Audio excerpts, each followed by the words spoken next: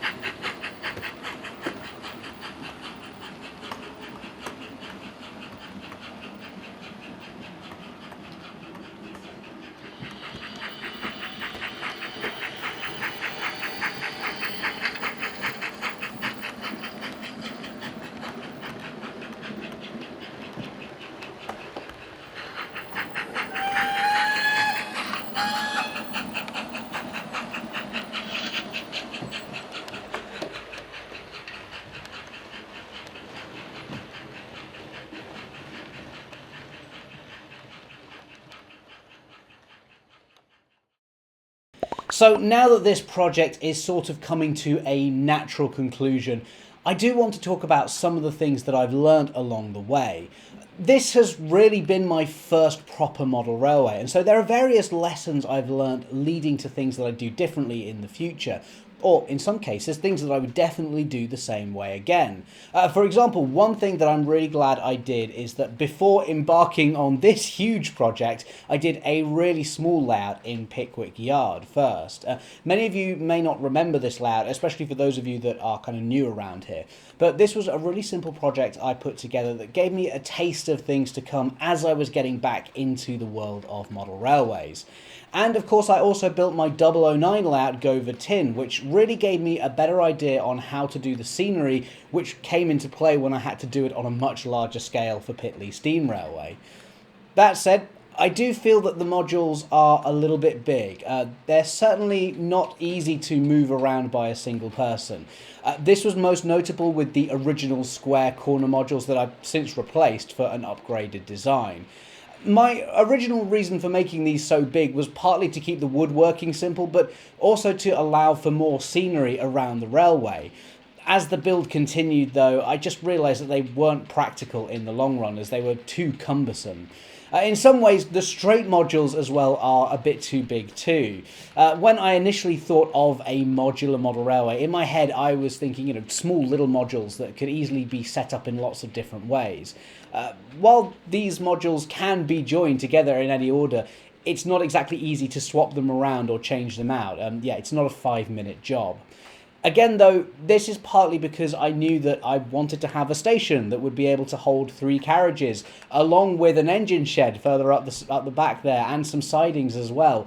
The track plan, I would say, is definitely one of the big successes, as it allows for plenty of operational interest that stops the layout from becoming too boring. Similarly, if the modules had been any shallower than they are currently, well, I wouldn't have been able to have fitted in as much scenery around the railway, which would mean losing some of my favourite parts of the layout. One thing I do have to admit though is that the plastic ratio signals didn't work out in the long run. Obviously I did a whole episode on motorising these signals, and while they did work initially, any tiny knocks or bumps can cause them to stop working correctly. Additionally, the servo motors controlling them are just too powerful in my experience, and a millimetre of extra movement in either direction can end up breaking the entire thing.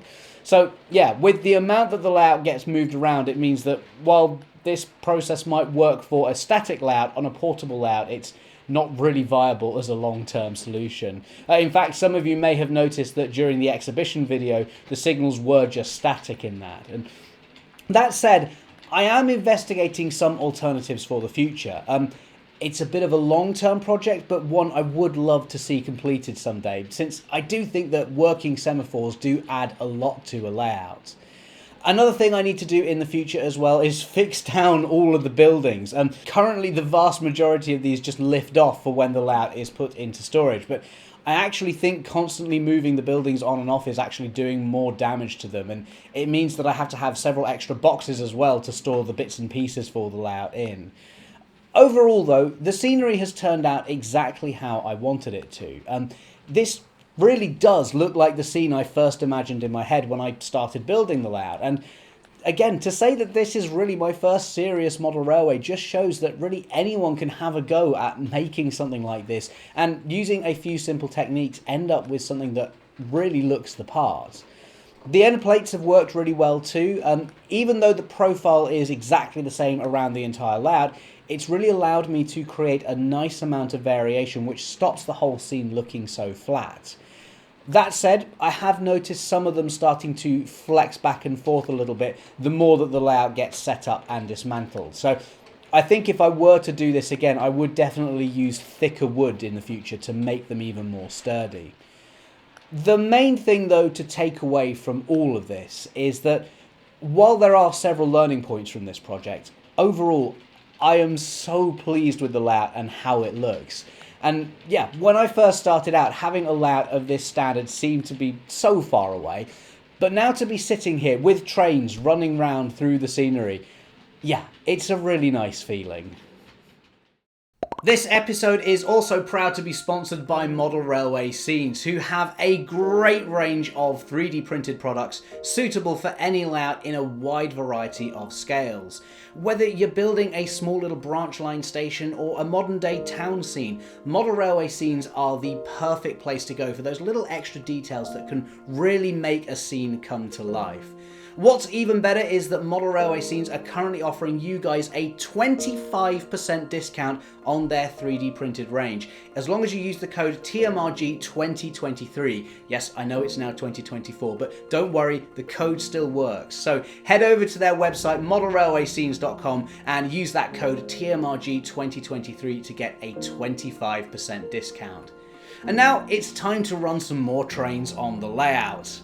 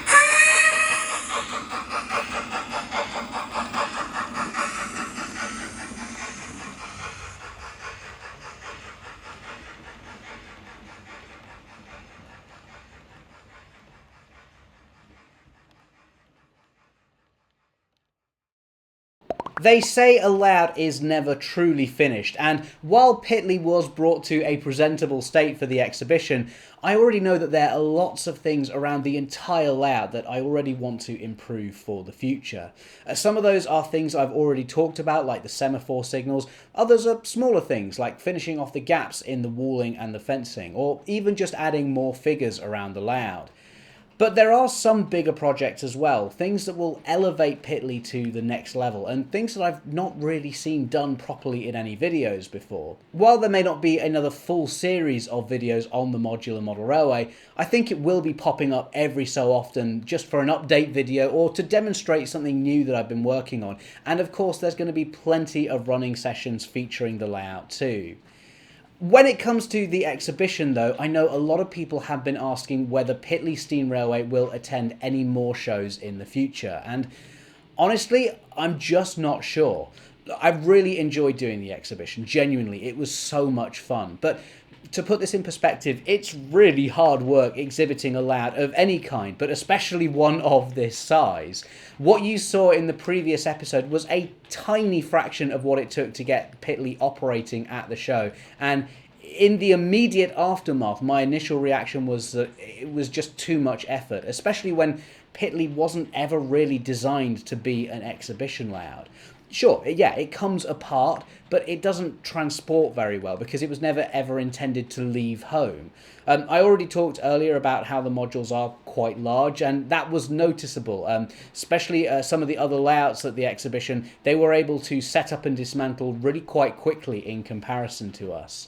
Additionally, at the show, we kept trains running consistently around the main loop all weekend, but again, we really only showed a tiny fraction of its overall potential. There were certain quirks that we had to adapt to on the fly, and while part of doing a first exhibition like this is to identify those sorts of issues, really what I think I need to do now is go away and fix all those little problems to make the layout absolutely foolproof.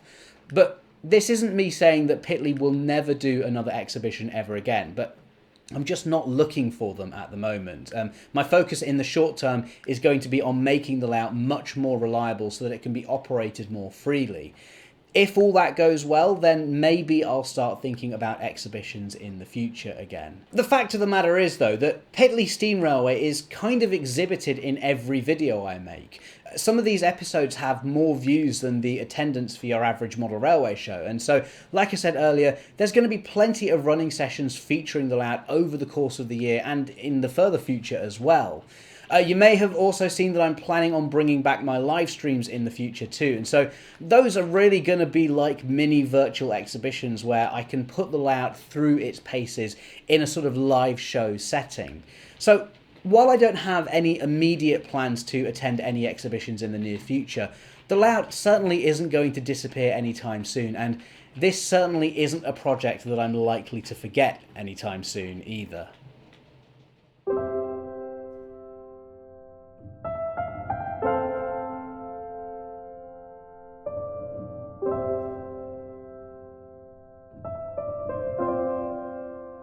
Today is a very exciting video because it's going to be the first video in a series that will hopefully sort of catalogue and document the building of a brand new model railway. It's so new, in fact, that it doesn't even have a name yet.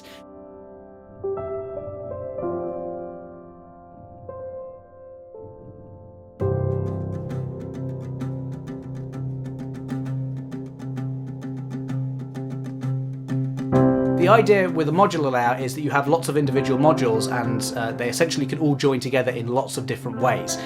That's kind of my plan. It might sound a little bit ambitious, and that's probably because it is.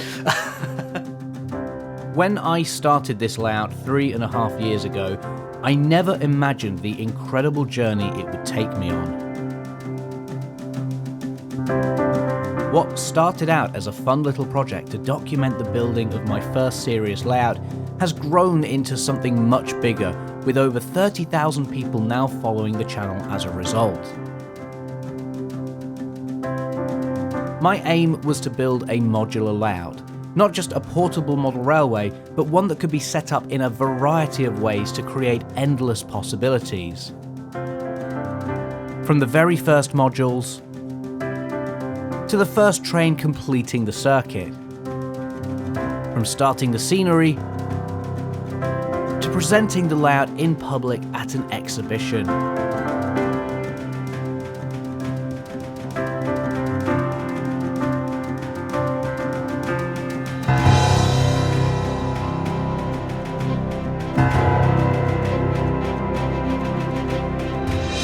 And all of you watching have been with me every step of the way, watching the successes and failures, tried and tested techniques and new ideas.